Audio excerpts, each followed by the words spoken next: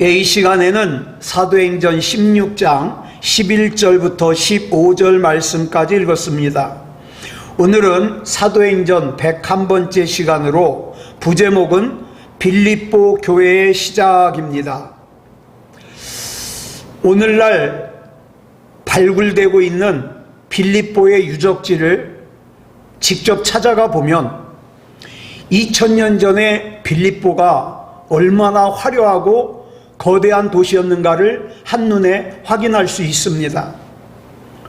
그 거대한 도시인 빌립보를 찾아간 바울 일행이 무엇을 했는지 본문 12절부터 13절까지 이렇게 기록하고 있습니다. 시작. 거기서 빌립보에 이르니 이는 마게도냐 지방의 첫 성이요 또 로마의 식민지라. 이 성에서 수일을 유하다가 안식일에 우리가 기도할 곳이 있을까 하여 문 밖 강가에 나가. 자, 빌립보에 도착한 바울 일행은 먼저 그 거대한 도시에서 관광을 하러 다니지 않았습니다. 또 그곳에 있는 원형 경기장에서는 매일같이 아주 흥미진진한 볼거리가 있는데 그거 보러 다니지도 않았습니다. 바울 일행은 빌립보에서 수일을 지내다가 안식일이 되자 기도할 곳을 찾아 성문 밖에 있는 강가로 나갔습니다. 여기서 우리말 수일로 번역된 이 단어는 무슨 뜻이냐면 하루보다 많은 두 서너 날이에요. 이틀이나 3일이나 4일. 따라서 바울 일행이 빌립보에 도착하여 두 서너 날이 지난 다음에 안식일을 맞은 거예요. 그런데 바울 일행이 한번 이 바울의 입장에서 생각해 보자고요. 바울 일행이 하나님의 명령에 순종하기 위해서 빌립보를 찾아왔어요. 그런데 이 정황상 볼 때 빌립보에 도착한 바울 일행이 안식일을 맞아 기도처로 나서기까지 채 이틀이 넘지 않았을 거예요. 자, 이 빌립보는요, 바울 일행과 전혀 관계가 없는 곳이에요. 그러다 보니까 아는 사람 하나도 없어요. 바울 일행 모두 다 이 빌립보에 처음 온 거예요. 자, 한번 생각해 보세요. 아시아에서 배를 타고 유럽의 네아폴리 항구에 상륙하자마자 그곳에서 14km 떨어져 있는 빌립보를 걸어서 찾아간 바울 일행이 빌립보에 도착하자마자 하나님께서 다 준비해 놓고 곧바로 복음을 전할 수 있으면 얼마나 좋겠습니까? 그런데 빌립보에 도착하자마자 이 바울 일행은 먼저 식사를 해결해야 되죠. 그리고 거기서 오랫동안 복음을 전하면서 묵을 숙소를 구해야 돼요. 그 다음에 지니고 온 여장을 풀어야 돼요. 정신이 하나 없죠. 그리고 빌립보에 도착한 지 이틀 만에 안식일이 됐습니다. 안식일이 되니까 이 바울 일행은 기도할 곳을 찾기 위해 성 밖에 있는 강가로 나갔습니다. 이 마게도냐 사람들에게 복음을 전하라는 하나님의 명령에 순종해서 오긴 왔는데, 이 빌립보까지 오긴 왔는데 도대체 이 거대한 도시에서 뭘 어떻게 해야 될지, 누구에게 복음을 전해야 될지 알 수가 없어요. 사방을 둘러보면 온갖 이방 우상이 가득합니다. 이 빌립보는 바울 일행이 도착했다 그래서 어떤 변화가 일어나지 않았어요.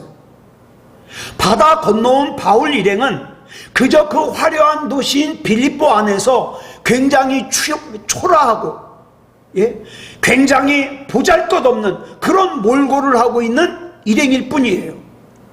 그러니까 이렇게 생각하면 돼요. 이 빌립보에서 이 바울 일행은 자신들의 능력으로는 아무것도 할 수 있는 게 없어요. 주눅들어 있어요. 그렇기 때문에 그 빌립보에서 그들이 할 수 있는 거라고는 그들을 그곳으로 보내신 하나님 앞에 기도하는 것뿐이에요. 하나님, 하나님께서 나를 보내셔서 오긴 왔는데 도대체 뭘 해야 될지 모르겠습니다. 어떻게 해야 될지 모르겠습니다. 여기서 우리말 기도할 곳이라고 번역된 헬라어가 프로슈케라는 단어인데요. 이 단어는 두 가지 의미를 가지고 있어요. 첫 번째 의미는 유대인의 회당이 없는 곳에서 유대인들이 임시로 모여서 기도하는 기도처를 얘기해요. 유대법에 의하면 어느 곳이든지 유대인 성인 남자 최소한 10명이 되면 거기에 회당을 만들게 돼 있어요. 그런데 성인 남자 10명이 되지 않으면 그 소수의 여인들이 모여서 그래도 기도해야 되잖아요. 그래서 회당은 아닌데 임시로 기도하는 기도처를 헬라어로 뭐라 그러냐? 프로슈케라 그래요. 자, 그 다음에 이 두 번째 의미는 뭐냐면 유대인과 상관없이 그냥 기도하다라는 뜻의 명사형으로서 기도 또는 기도하기에 적합한 장소라는 뜻이에요. 바울은 그동안 전도 여행하면서 특징이 있어요. 어디를 가든지 제일 먼저 어디를 찾아가냐? 유대인의 회당을 찾아갑니다. 그리고 나서 그 유대인의 회당을 그 복음을 전하는 그곳의 거점으로 삼아요. 왜냐하면 회당은 유대인들도 있지만 또 누구도 있느냐면 유대교로 개종한 이방인들도 그 회당에서 손쉽게 만날 수 있거든요. 그런데 바울 일행이 이 빌립보라는 곳에 도착을 해서 첫 번째 안식일을 맞아 유대인의 회당으로 가지 않았다는 것은 무슨 뜻이냐면 빌립보에는 유대인 회당이 없다는 뜻이에요. 자, 빌립보에 유대인 회당이 없다는 것은 또 무슨 뜻이냐? 유대인 성인 남자가 10명도 없다는 뜻이에요. 따라서 바울 일행이 이 빌립보에서 첫 번째 안식일을 맞아서 기도할 곳을 찾아갔다는 것에서 우리는 이 유대인 회당이 없는 이 빌립보에 혹시 유대인들이 소수의 유대인들이 모여서 기도하는 곳이 있는가 찾아보려는 의도가 있지 않았을까 이렇게 생각하기도 해요. 예. 그 다음에 또 한 가지 의도는 뭐냐면 이제 빌립보에 오긴 왔는데 도무지 방법이 없어요. 그래서 하나님 오긴 왔는데 어떡합니까? 하나님께 하소연하는 기도를 하려고 기도할 곳을 찾았다고 보기도 하죠. 아마 이 두 가지 이유 중에 우선순위를 따지자면 제가 만약에 바울의 입장이라면 두 번째가 더 클 것 같아요. 지금 굉장히 뭐라고 표현해야 될까? 황당하잖아요. 빌립보에 오긴 왔는데. 그래서 이 미지의 유럽 대륙인 이 빌립보에 찾아온 이 바울 일행을 그곳으로 보내신 하나님 앞에 기도하는 것 외에는 방법이 없어요. 여러분, 우리가 기도 왜 해야 되는가? 하나님께서 나를 보내셨고 하나님께서 나에게 사명을 맡기셨기 때문에 기도하는 거예요. 예? 때로는 나에게 방법이 없어요. 때로는 어떻게 해야 될지 길이 안 보여요. 그럴 때 어떻습니까? 하나님께 기도하는 거예요. 왜? 나를 지금 이곳으로, 나를 지금 이 상황으로 보내신 분이 누구니까? 하나님이시니까. 예. 그래서 여러분, 사람이 하나님 앞에 기도한다는 게 무슨 뜻입니까? 하나님, 나는 불완전한 존재입니다. 나는 부족한 존재입니다. 나는 무능력한 존재입니다. 그렇기 때문에 나는 하나님이 아니면 안 됩니다. 하나님, 나 기도 잘 못합니다. 그러나 내가 하나님의 이름은 부를 수 있습니다. 내가 하나님의 이름을 부를 때에 나의 속사정을 알아주시고 나보다 나를 더 잘 아시는 하나님께서 나를 인도해 주시옵소서. 이런 마음으로 기도하는 거예요.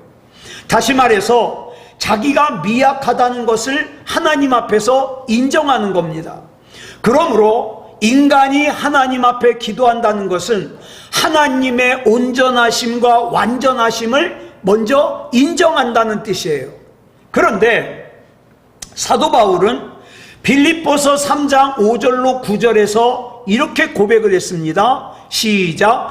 나는 8일 만에 할례를 받고 이스라엘 족속이요 베냐민 지파요 히브리인 중에 히브리인이요 율법으로는 바리새인이요 열심으로는 교회를 박해하고 율법의 의로는 흠이 없는 자라. 그러나 무엇이든지 내게 유익하던 것을 내가 그리스도를 위하여 다 해로 여길 뿐더러 또한 모든 것을 해로 여김은 내 주 그리스도 예수를 아는 지식이 가장 고상하기 때문이라. 내가 그를 위하여 모든 것을 잃어버리고 배설물로 여김은 그리스도를 얻고 그 안에서 발견되려 함이니.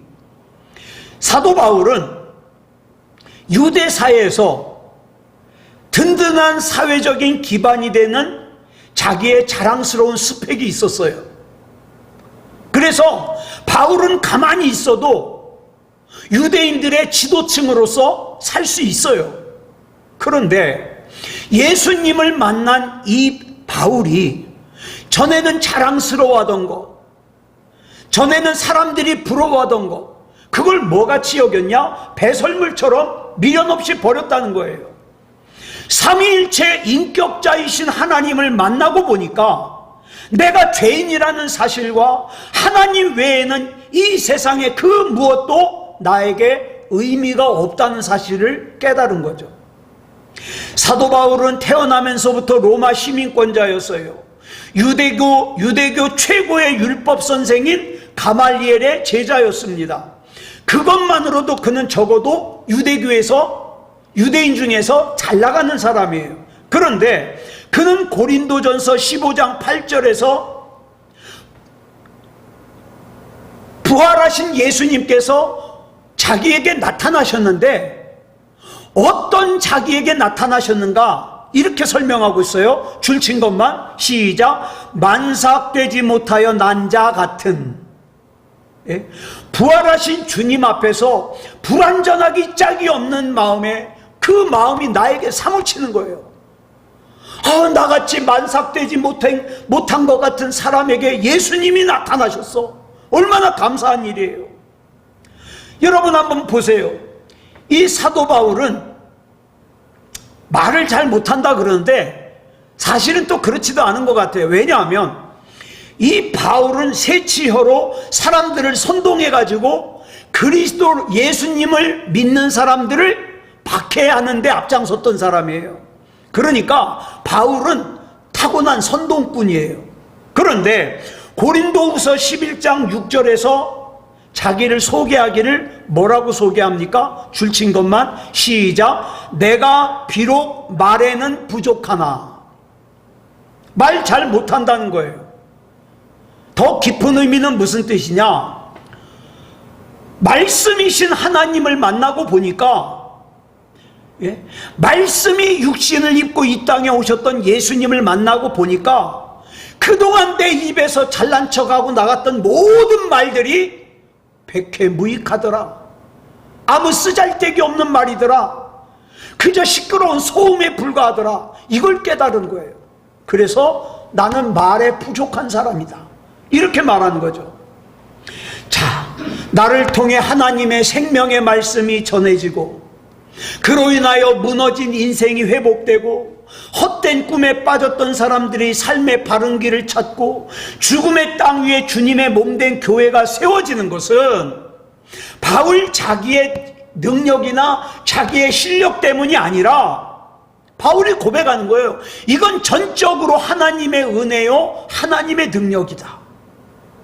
한마디로 말해서 사도 바울 자신은 하나님 앞에서 아무것도 내세울 것이 없는 미약하기 짝이 없는 존재예요. 자기를 강한 그리스도인으로 붙잡아 주실 수 있는 분은 오직 하나님 한 분뿐이라는 걸 고백하는 거예요. 나를 이 땅에서 다른 사람에게 수치당하지 아니하고 나를 강하게 세워주실 수 있는 분은 하나님밖에 없습니다. 이 선언은 고린도후서 12장 10절에서 이런 고백으로 이어집니다.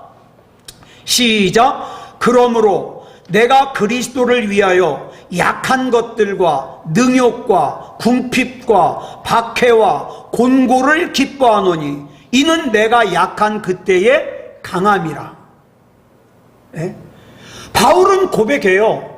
내가 약할 때 내가 강해지더라. 사도 바울이 어떻게 이런 역설을 말할 수 있죠? 아니, 약하면 약한 거지 왜 내가 약할 때 강할 수 있느냐? 바울은 자기가 미약하다는 걸 알기 때문에 늘 겸손하게 어디에서 말씀을 전할 때 하나님의 도우심을 구해요. 새로운 장소로 옮길 때 하나님의 도우심을 구해요. 하나님의 도우심을 구할 수밖에 없어요. 왜? 난 약하기 때문에. 저와 여러분도 마찬가지예요. 무슨 일을 만나든지 만사 형통하려면 하나님 앞에서 나의 약함을 고백해야 됩니다. 하나님, 나는 약합니다. 내가 만나는 사람의 마음을 변화시켜 주시옵소서. 하나님이 인도해 주시옵소서. 그래서 사도 바울은 고린도후서 11장 30절에서 이렇게 선언해요. 시작. 내가 부득불 자랑할진대 내가 약한 것을 자랑하리라. 내가 자랑할 것이 아무것도 없는데 내가 어쩔 수 없이 한 가지를 자랑한다면 내가 약한 걸 자랑하겠다. 사람이요, 하나님 앞에서 자기가 약한 존재라는 걸 잠시라도 잊어버리면, 단 한순간이라도 자기가 대단한 존재라고 착각하면 그것이 자기 인생을 망치는 지름길이 되는 거예요. 왜? 자기가 강한 사람이 하나님을 예배하겠습니까? 자기가 강한 사람이 기도하겠습니까? 안 하죠. 자기가 강한 사람은 하나님을 만홀히 여겨요. 자기가 강한 사람은 믿음다운 믿음일 수 없어요.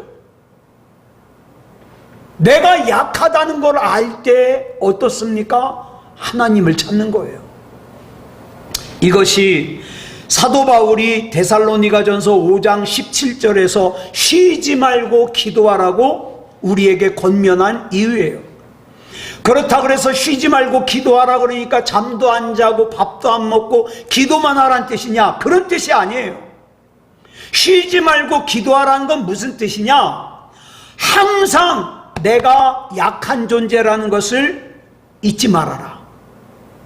나는 약한 존재다. 나는 부족한 존재다. 그렇기 때문에 하나님이 날 돕지 않으시면 안 된다. 하나님이 나 붙잡아 주지 않으시면 안 된다. 이걸 항상 명심하라는 거죠. 그런 사람의 삶을 통해서만 하나님께서 상상할 수 없는 놀라운 섭리를 이루시는 거예요. 자, 주님의 부르심을 받은 이후 이런 나는 약한 존재라는 이 마음과 믿음으로 일관한 사도 바울이었으니까 어떻습니까? 하나님께서 저 바다 건너 유럽으로 가라 그러는 것 같으니까 두말하지 않고 주저하지 않고 망설이지 않고 바다를 건너 유럽으로 가요. 한 번도 가본 적이 없는데, 아는 사람 하나도 없는데 갑니다. 예? 그 빌립보에 오긴 왔는데 아는 사람 없잖아요. 하나님 어디 가서 복음을 전한대요? 누구를 만나서 복음을 전한대요? 알 수가 없어서 하나님, 내가 오긴 왔는데 하나님이 나 약한 거 아시잖아요? 붙잡아 주시옵소서. 이 기도를 하려고 성 밖에 있는 강가로 간 거예요. 여러분, 기도는요, 하나님 앞에 내가 원하는 거 들어달라고 땡깡 놓는 게 아니에요. 기도는요, 한마디로 말해서 뭐냐? 하나님 앞에서 내가 약하다는 것을 고백하는 거예요. 그게 기도예요. 기도는 우리가 어떤 상황에서도 굴하지 않고 그리스도인으로서 강인한 삶을 살 수 있는 원동력이 되는 것은, 내가 언제 강한 존재였나요? 나는 약한 존재였기 때문에 나는 항상 주님을 부르며 주님만 의지할 수밖에 없는 거예요. 나에게 생활할 수 있는 물질을 주신 분도 하나님이시고, 내가 오늘 움직일 수 있는 이 건강을 주신 분도 하나님이시고, 오늘 나에게 사랑하는 가족을 주신 분도 하나님이시고, 하나님, 내가 이것들을 위해서 뭐 한 일도 없는데 하나님께서 나의 약함을 아시고 나를 불쌍히 여기사 이렇게 인도해 주셨으니 감사할 뿐이죠. 기도는 하나님만이 이 세상에서 나를 영원히 책임져 주실 수 있는 분이라는 것을 믿고 하나님의 계획에 나를 온전히 다 맡겨드리는 게 기도예요. 이것이 바로 하나님께서 기도하는 사람을 통해서만 역사하시는 이유입니다. 자, 본문 13절 보겠습니다. 시작. 안식일에 우리가 기도할 곳이 있을까 하여 문 밖 강가에 나가 거기 앉아서 모인 여자들에게 말하는데, 자, 바울 일행이 성 밖에 있는 강가에 나갔는데 마침 그 강가에 몇 명의 여자들이 앉아서 빨래를 하고 있었어요. 오늘날 빌립보 유적지가 발굴이 됐는데 그 중에 그 바울과 루디아가 만난 이 강가가 이렇게 보존돼 있어요. 예. 이 빨래터에서 바울과 루디아가 만난 거예요. 저 기념탑이 뭐냐 하면 저 이름이 루디아예요. 루디아. 예. 바울 일행과 루디아가 만난 곳이라. 자, 바울 일행이 이 기회를 놓칠 수가 없잖아요. 그래서 바울 일행 역시 그 강가 시냇가 옆에 자리를 잡았습니다. 그리고 그곳에 있는 여인들에게 복음을 전해요. 자, 바울이 전하는 복음은요, 짧은 몇 마디가 아니에요. 장시간에 걸쳐서 예수님께서 탄생하시고 예수님께서 어떻게 사셨는지, 예수님이 왜 고난을 당하셨는지, 그 다음에 죽으셨던 예수님이 어떻게 부활하셨는지, 어떻게 승천하셨는지 자세하게 설명해요. 그러니까 얼마나 오래 걸리겠어요. 자, 본문 14절 보겠습니다. 시작. 두아디라시에 있는 자색 옷감 장사로서 하나님을 섬기는 루디아라 하는 한 여자가 말을 듣고 있을 때, 여기 보면 바울이 전하는 복음을 듣는 여자들 가운데 특별히 두아디라 출신의 직물 장사인 루디아라고 하는 여자를 언급하고 있어요. 여기 보니까 그녀는 평소에 어떤 사람이에요? 하나님을 섬기는 사람이에요. 이 표현은 우리가 그 가이사랴의 그 이방인이었던 백부장 있죠, 고넬료가 이방인인데 그 고넬료가 어떻게 했어요? 하나님을 잘 믿었어요. 근데 예수님에 대한 소식을 못 들었어요. 그래서 그 고넬료에게 복음을 전하기 위해서 누구를 보내셨어요? 베드로를 보내셨어요. 예? 유대인의 영향을 받아서 하나님을 믿기는 믿지만 그리스도의 복음을 알지 못하는 이방인이에요. 여러분, 루디아는 이방인이에요. 그 루디아가 바울이 전하는 복음을 계속 들었어요. 긴 설교잖아요, 긴 설교. 예. 그러니까 이 바울이 전하는 그 긴 설교를 다른 여자들은 귀담아 듣지 않았어요. 그런데 루디아는 바울이 전하는 복음을 한마디도 빼놓지 않고 처음부터 끝까지 경청했습니다.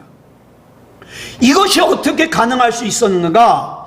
본문 14절 하반절에 이렇게 설명하고 있어요. 시작. 주께서 그 마음을 열어 바울의 말을 따르게 하신지라. 여기서 말하는 주님은 바로 그 현장에 임해 계시는 성령님이에요. 그리고 따르게 하셨다. 이건 무슨 뜻이냐? 집중하게 하셨다는 뜻이에요. 루디아가 바울이 전하는 복음을 한마디도 놓치지 않고 경청한 것은 루디아 자신의 의지나 또 루디아 자신의 노력이 아니에요. 성령님께서 루디아의 마음을 감동시키셔서 그녀의 마음이 바울이 전하는 복음에 집중하게 된 거예요. 그 결과 루디아와 그녀의 가족이 다 함께 세례를 받았어요. 그리고 나서 그 루디아의 집에서 시작된 것이 뭐예요? 빌립보 교회예요. 그날 그 시냇가에는 루디아 혼자만 있었던 것이 아니에요. 난생 처음 유럽으로 건너간 바울 일행이 유럽에서 처음으로 복음을 전한 그 현장에는 다른 여자들도 있었어요. 그 그런데 성령님께서는 그 여자들 가운데 오직 한 사람 루디아만을 택하셔서 예수 그리스도께서 십자가를 통하여 이루신 구원을 믿게 하셨어요. 그날 시냇가에 모여있던 여인들 가운데 루디아 혼자 예수님을 구주로 영접한 것도, 또 루디아로 인하여 루디아의 가족들까지 세례교인이 된 것도, 그녀의 집이 그 유명한 빌립보 교회의 시작이 된 것도 모두 성령님께서 루디아에게 베풀어 주신 일방적인 은총이었습니다.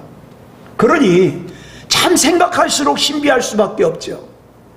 수리아 안디옥을 출발한 바울이 그 빌립보 성문 밖에 있는 시냇가에 이르기까지 그의 여정 중 하나라도 어긋났더라면 바울과 루디아는 만나지 못했을 거예요.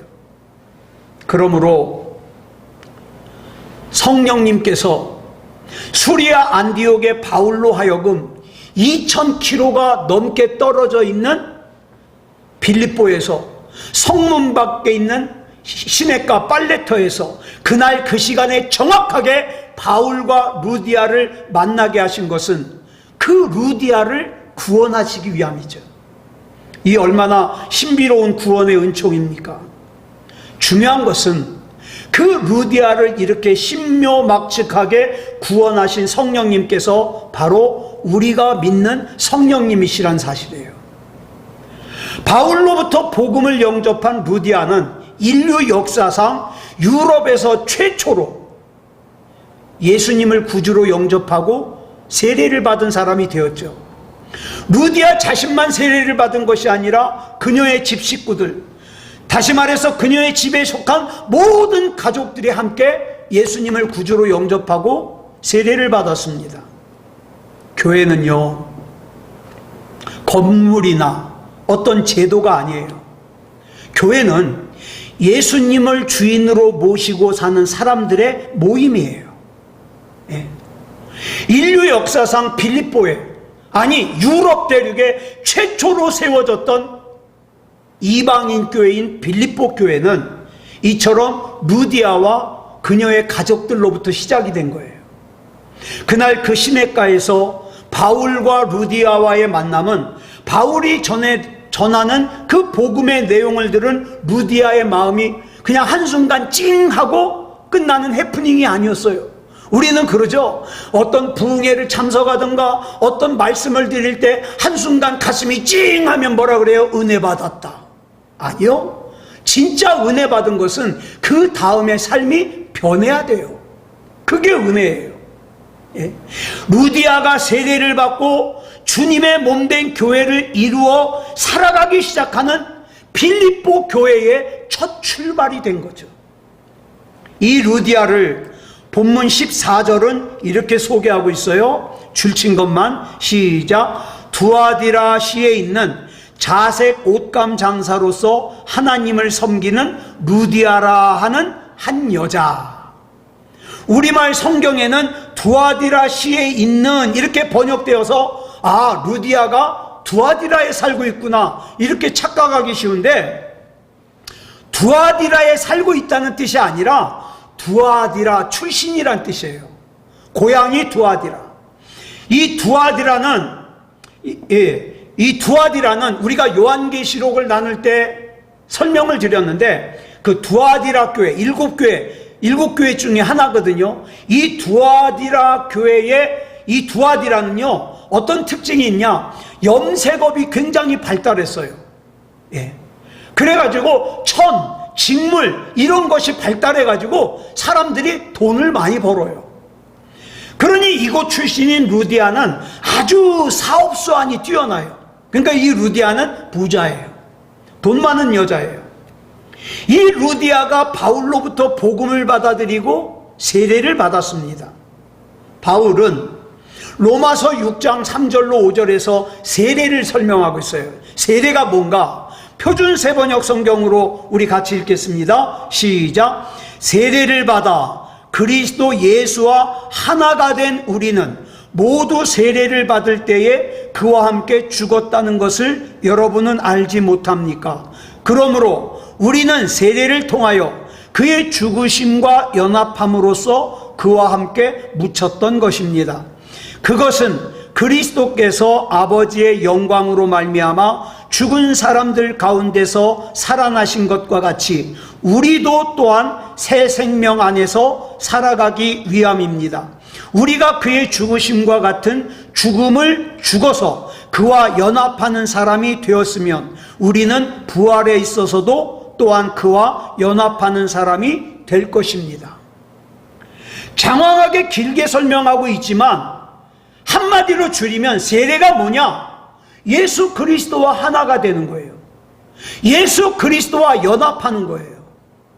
아, 나 교회에서 세례 받았어. 아니요. 내가 지금 예수 그리스도와 하나가 되지 못했다면 그 사람은 진짜 세례 받은 게 아니에요. 내가 예수 그리스도와 연합하지 않고 있다면 진짜 세례교인이 아니라고요. 세례를 받는다는 것은 내 죄값을 치르기 위해 십자가의 제물로 돌아가신 예수 그리스도의 죽음과 연합하여 내 옛날 죄를 청산하고 그 다음에 죽음을 깨뜨리고 부활하신 예수 그리스도와 연합하여 새로운 삶의 생명의 삶을 살기 시작하는 것, 부활하신 주님과 연합하는 것, 이게 세례예요. 바울은 세례를 통한 예수 그리스도와의 연합을 갈라디아서 3장 27절에서 이렇게 설명했어요. 시작. 누구든지 그리스도와 합하기 위하여 세례를 받은 자는 그리스도로 옷 입었느니라. 그러니까 세례 받은 사람은 뭐예요? 예수 그리스도로 옷 입은 사람이에요. 예수 그리스도로 옷 입었다는 건 무슨 뜻이냐? 옛날에 내 중심으로 살던 세상적인 가치관을 가지고 살던 그 삶을 버리고 예수 그리스도의 가치관을 가지고 산다, 이 말입니다. 베드로는 예수님께서 세상에 계실 때 3년 동안이나 예수님을 따라다니면서 함께 살았지만 예수님께서 로마 군인에게 붙잡혀 가실 때 또 십자가에 못 박혀 돌아가실 때 그 결정적인 순간에는 어떻게 했습니까? 3번씩이나 예수님을 모른다고 부인하고 도망치는 배신자가 되었죠. 즉 몸은 예수님을 쫓았지만 그 가치관은 여전히 세상을 쫓고 있는 거예요. 여전히. 예. 그런데 오순절날 성령께서 임하신 다음에 어떻게 되세요? 성령 세례를 받고 나니까 진짜 세례교인이 된 거예요. 예수님으로 옷 입은 거예요. 예. 자, 저와 여러분도 오늘 기도하기 전에 이것부터 점검했으면 좋겠습니다. 내 기도 제목 우리 주님이 벌써 아십니다. 내 사정 나보다 더 잘 아십니다. 그런데 지금 나에게 진짜 필요한 것이 뭐냐? 우리 주 예수 그리스도와 연합하는 거예요. 우리 주 예수 그리스도와 하나가 되는 거예요. 우리 주 예수 그리스도로 옷 입는 거예요. 그래서 내 생각도 내 가치관도 그리스도인다운 그리스도인이 되는 거예요. 그랬을 때 내 기도가 우리 주님 앞에 상달되고 놀라운 역사하는 기도가 되는 거죠. 아무쪼록 그 먼 유럽에 있는 빌립보에서 살고 있던 루디아의 집에서 빌립보 교회가 시작됐습니다. 오늘 저와 여러분이 예수 그리스도와 연합하고 예수 그리스도와 하나가 되고 예수 그리스도로 옷 입으면 이 속에서 빌립보 교회 못지않은 하나님이 기뻐하시는 교회가 시작되는 거예요. 예? 그래서 나도 변화되고 우리 가족도 변화되고 우리 교회 교우들도 변화되고 나로부터 시작되리. 아무쪼록 이렇게 하나님 앞에 쓰임받는 저와 여러분이기를 그리스도 예수님의 이름으로 축복합니다. 기도하겠습니다. 사랑의 아버지 하나님 감사합니다. 오늘 이 시간 유럽에 있는 빌립보에 첫 번째 이방인 교회가 세워지는 것을 살폈습니다. 그 전까지는 예수님을 전혀 몰랐던 루디아가 바울로부터 복음을 듣고 예수님을 구주로 영접하고 루디아와 그의 가족들이 세례를 받았습니다. 하나님, 우리가 말로만 내가 세례교인이라고 하지 말고, 말로만 내가 예수 믿는다고 하지 말고, 진짜로 예수님과 연합하게 해 주시옵소서. 진짜로 예수님과 하나가 되게 해 주시옵소서. 진짜로 예수님으로 옷 입게 하여 주시옵소서. 그래서 이 죄악이 가득한 세상 가운데서도 믿음다운 믿음으로 살 수 있도록 인도해 주시옵소서. 그렇게 믿음다운 믿음으로 사는 나의 삶은 우리 주님께서 책임져 주시옵소서. 이 밤에도 우리 하나님 앞에 기도합니다. 우리 하나님, 그 기도에 귀 기울여 주시고 응답하여 주시옵소서. 모든 것을 우리 주님 앞에 맡겨드리오며 그리스도 예수님의 이름으로 간절히 기도드려 싸움나이다. 아멘.